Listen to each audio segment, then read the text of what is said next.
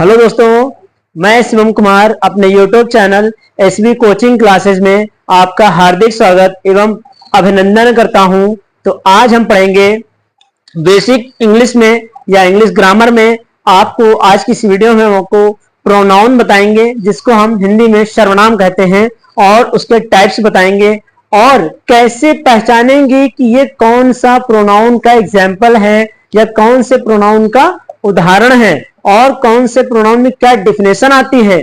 आज की इस वीडियो में हम आपको प्रोनाउन और उसके प्रकार और बहुत ही शानदार तरीके से हम आपको प्रोनाउन के जो प्रकार हैं आपको शानदार तरीके से ट्रिक के माध्यम से आपको हम याद करा देंगे, ठीक है। लेकिन इसके लिए आपको हमारी इस वीडियो को कंप्लीट देखना होगा, तब जाके आप प्रोनाउन और उसके टाइप्स को अच्छे से याद कर सकते हैं, समझ सकते हैं, और जो ट्रिक है वो भी हम आपको बता देंगे, ठीक है। तो चलिए बिना देरी करते हुए हम शुरू करते हैं और देखते हैं कि प्रोनाउन क्या होता है। हालांकि आपने क्लास बचपन से ही पढ़ा होगा, फर्स्ट सेकंड थर्ड में मैम ने आपको लर्न कराया होगा कि प्रोनाउन की डिफिनेशन क्या होती है, नाउन की डिफिनेशन क्या होती है, इसके प्रकार कितने होते हैं। लेकिन आज की इस वीडियो में हम आपको जो प्रकार बताएंगे वो भी आपको याद हो जाएंगे, और उसमें जो एग्जाम्पल है, इसकी जो डिफिनेशन है वो भी आपको एकदम बहुत ही अच्छे तरीके से याद हो जाएगी, ठीक है। तो चलिए, लिखा है, देखिए मैंने क्या लिखा, इंग्लिश ग्रामर, है ना। इंग्लिश ग्रामर मतलब व्याकरण, है ना।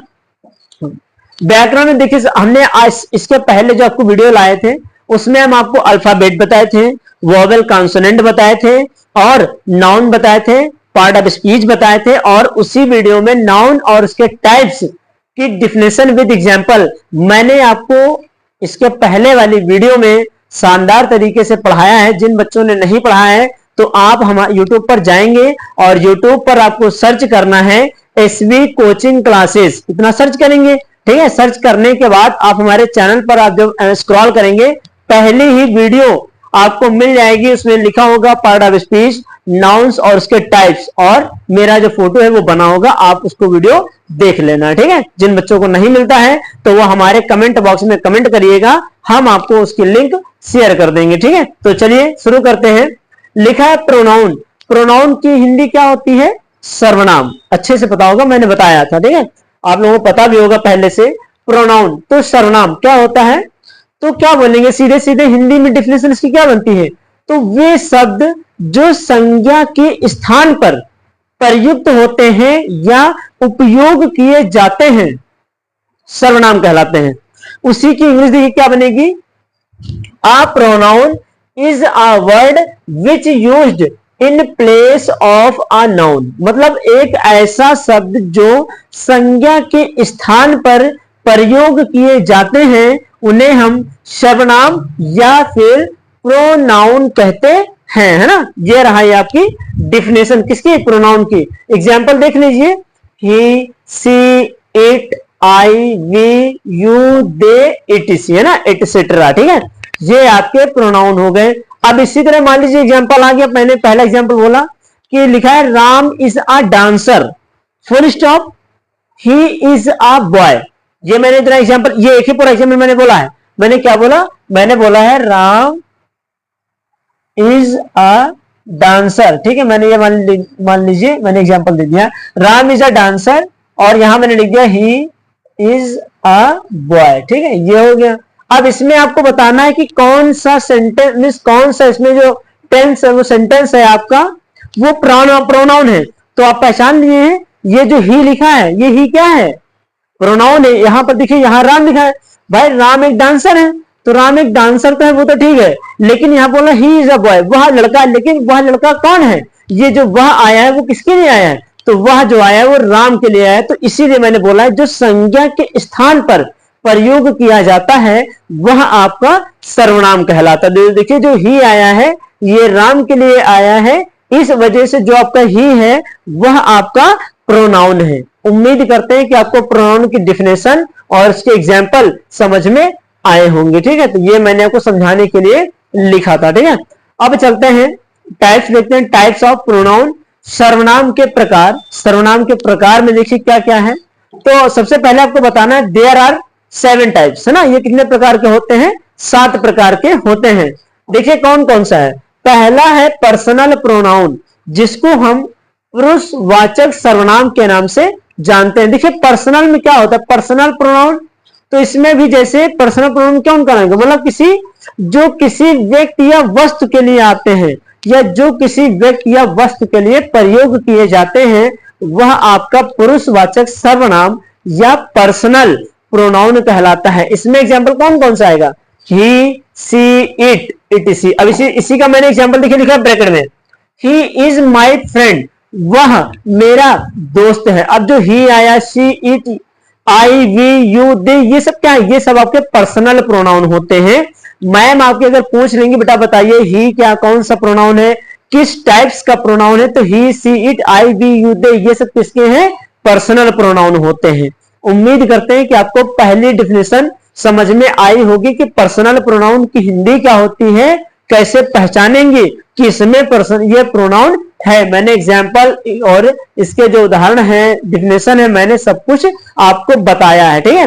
फिर अगला देखिए क्या है, पॉजेसिव प्रोनाउन। पॉसेसिव प्रोनाउन क्या होता है, पॉसेसिव प्रोनाउन वो होता है आपका अधिकारवाचक सर्वनाम, जिसमें आप अपना अधिकार जमा सकते हैं, वह आपका अधिकारवाचक होता है, पॉसेसिव प्रोनाउन होता है। देखिए पॉसेसिव प्रोनाउन क्या लिखा मैंने, जो अधिकार दिखाते हैं, जैसे माइन हो गया, योर्स हो गया, हिज हो गया, है ना, और हिज हो गया, और कहते नहीं अवर्स हो गया, ये सब चीजें क्या होती है, ये सब अधिकारवाचक सर्वनाम है।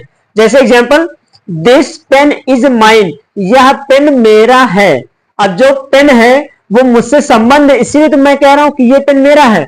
जैसे मैं एग्जांपल बोलूं कि यह घर मेरा है, दिस हाउस इज माइन, यह मेरा घर है, तो भाई जो घर है वो मुझसे संबंध दर्शा रहा है, इसी वजह से मेरा उस पर अधिकार है, इसी वजह से मैं कह रहा हूं कि दिस हाउस इज माइन, यह मेरा क्या है, घर है। अब इसी तरह मैं बोलूं दिस इज माई हाउस, तो माई भी तो क्या है आपका पॉजेसिव है, तो ये भी हो जाएगा, ठीक है। तो ये आपके हो जाएंगे पॉसेसिव प्रोनाउन और पर्सनल प्रोनाउन। उम्मीद करते हैं आपको समझ में आया होगा। अगला देखिए क्या है, तीसरा number, reflexive pronoun. Reflexive pronoun की हिंदी क्या होती है, निजवाचक सर्वनाम, है ना। रिफ्लेक्सिव प्रोनाउन की हिंदी क्या होती है, निजवाचक सर्वनाम। तो जब सब्जेक्ट और ऑब्जेक्ट एक ही हो तो वह आपका रिफ्लेक्सिव प्रोनाउन निजवाचक सर्वनाम कहलाता है। जैसे माई सेल्फ हो गया, योर सेल्फ हो गया, इट सेल्फ हो गया, है ना। तो ये सब क्या है, स्वयं। तो जिसमें सब्जेक्ट और ऑब्जेक्ट एक ही हो वह आपका रिफ्लेक्सिव प्रोनाउन कहलाता है। एग्जाम्पल देख लीजिए, इसका लिखा है मैंने, सी डिड द वर्क हरसेल्फ, वह अपना काम स्वयं करती है ना।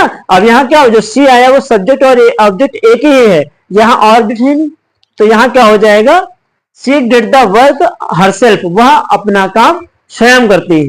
तो ये आपका जो हरसेल्फ है वो आपका क्या है, जिसमें सेल्फ आ जाए, वो हर सेल्फ हो, माई सेल्फ हो, योर सेल्फ हो, हिज सेल्फ हो, सेल्फ जहां लगा है वो आपका रिफ्लेक्सिव प्रोनाउन निजवाचक सर्वनाम कहलाता है, ठीक है। तो उम्मीद करते हैं कि आपको तीसरा भी समझ में आया होगा, ठीक है। चौथा देखिए क्या है, डिमोन्स्ट्रेटिव प्रोनाउन। डिमोन्स्ट्रेटिव मींस क्या होता है, संकेत करना। तो डिमोन्स्ट्रेटिव प्रोनाउन की हिंदी क्या होती है, संकेतवाचक सर्वनाम। देखिए लिखा है डिमोन्स्ट्रेटिव प्रोनाउन, संकेतवाचक सर्वनाम, जो किसी चीज की ओर संकेत करते हैं वह आपका डिमोन्स्ट्रेटिव प्रोनाउन कहलाता है। एग्जांपल देखिए क्या, दिस, दैट, दीज, दोज, है ना। दिस, यह, वह, वे, उनका, ये सब क्या है, संकेत दर्शा रहे हैं, तो जो आपकी क्या हो जाएंगे, डिमोन्स्ट्रेटिव। जैसे दिस इज माई बुक, यह मेरी पुस्तक है, मेरे सामने है ना, इस वजह से क्या हो जाएगा, डिमोन्स्ट्रेटिव। यह मेरी पुस्तक है, वह मेरा घर है, आपकी नजरों के सामने हो तो वो क्या बोलेंगे, आप उसे डिमोन्स्ट्रेटिव बोलेंगे, जिसमें आप किसी चीज को संकेत करते हैं। यह मेरा बैग है, यह मेरा घर है, ये मेरी बाइक है, ये मेरा ये है, ये मेरा वो है ना, वह मेरा है, ये सब क्या हो जाएंगे, डिमोन्स्ट्रेटिव, जिसमें आप संकेत को, किसी चीज को संकेत करते हैं ना। ये हो गया दिस, दैट, दिस, दोज, ये सब डिमोन्स्ट्रेटिव हो जाएंगे। दिस इज माई बुक, ये हो जाएगा डिमोन्स्ट्रेटिव का एग्जाम्पल। पांचवें नंबर में क्या है, इंट्रोगेटिव प्रोनाउन। सबसे सरल इंट्रोगेटिव क्या होता है, प्रश्नवाचक सर्वनाम, जिसमें किसी व्यक्ति से प्रश्न पूछे जाते हैं या जिसमें प्रश्न पूछा जाता है। सीधे सीधे क्या है, जो प्रश्न पूछने के लिए सेंटेंस यूज होते हैं, सेंटेंस यूज होते हैं, उसे हम इंट्रोगेटिव प्रोनाउन क्या बोलेंगे, प्रश्नवाचक सर्वनाम कहते हैं।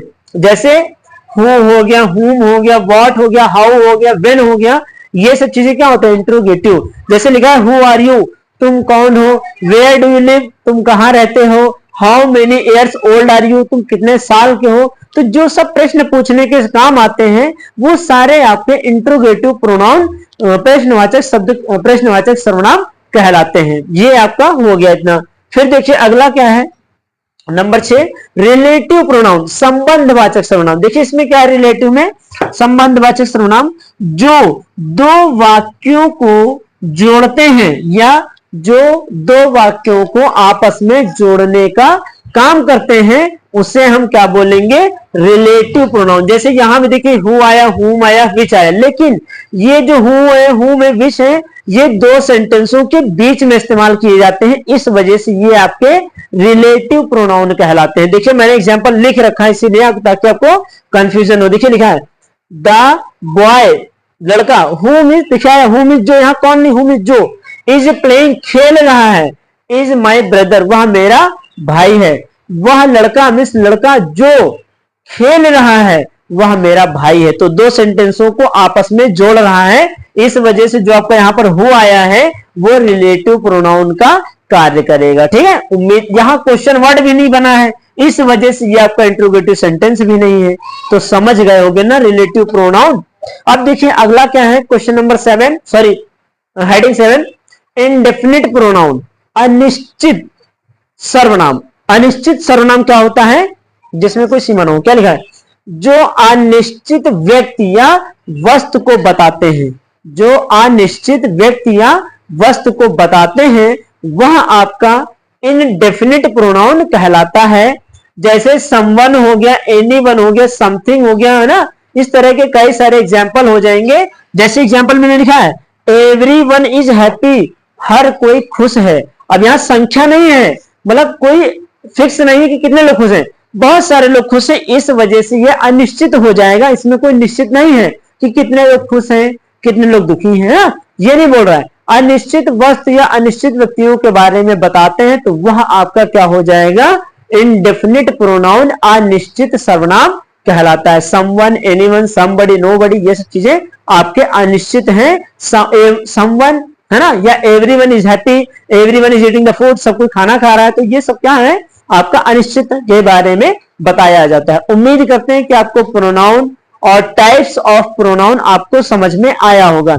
जो मैंने आपको हेडिंग बताई है, उनके एग्जाम्पल बताए हैं, उनकी डिफिनेशन बताई है, उम्मीद करते हैं कि आपको बहुत ही शानदार तरीके से प्रोनाउन, उसकी डिफिनेशन, उसके टाइप्स आपको अच्छे से समझ में आए होंगे। जैसा कि मैंने कहा था कि मैं आपको एक ट्रिक के माध्यम से 7 प्रोनाउन याद करा दूंगा, तो ये मैंने ट्रिक लिख रखा है। देखिए क्या लिखा है, PPR DIRI, है ना, क्या बोलेंगे, PPR दिरी, दिरी बोल दीजिए, PPR दिरी, PPR दिरी। PPR से क्या, देखिए पहला P से क्या हो जाएगा, पहला P से पर्सनल प्रोनाउन, दूसरा P से पॉसेसिव, तीसरे R से क्या हो जाएगा, रिफ्लेक्सिव, D से डिमॉन्स्ट्रेटिव, I से इंटरोगेटिव, R से रिलेटिव और I से इंडेफिनिट प्रोनाउन। उम्मीद करते हैं कि आपको ये भी ट्रिक समझ में आई होगी। ट्रिक क्या बोलेंगे, PPR दिरी, PPR दिरी, PPR दिरी। आपको उम्मीद करते हैं कि ये ट्रिक आपको याद हो गई होगी। क्या बोलेंगे, PPR दिरी। P पहले P से पर्सनल प्रोनाउन, दूसरा P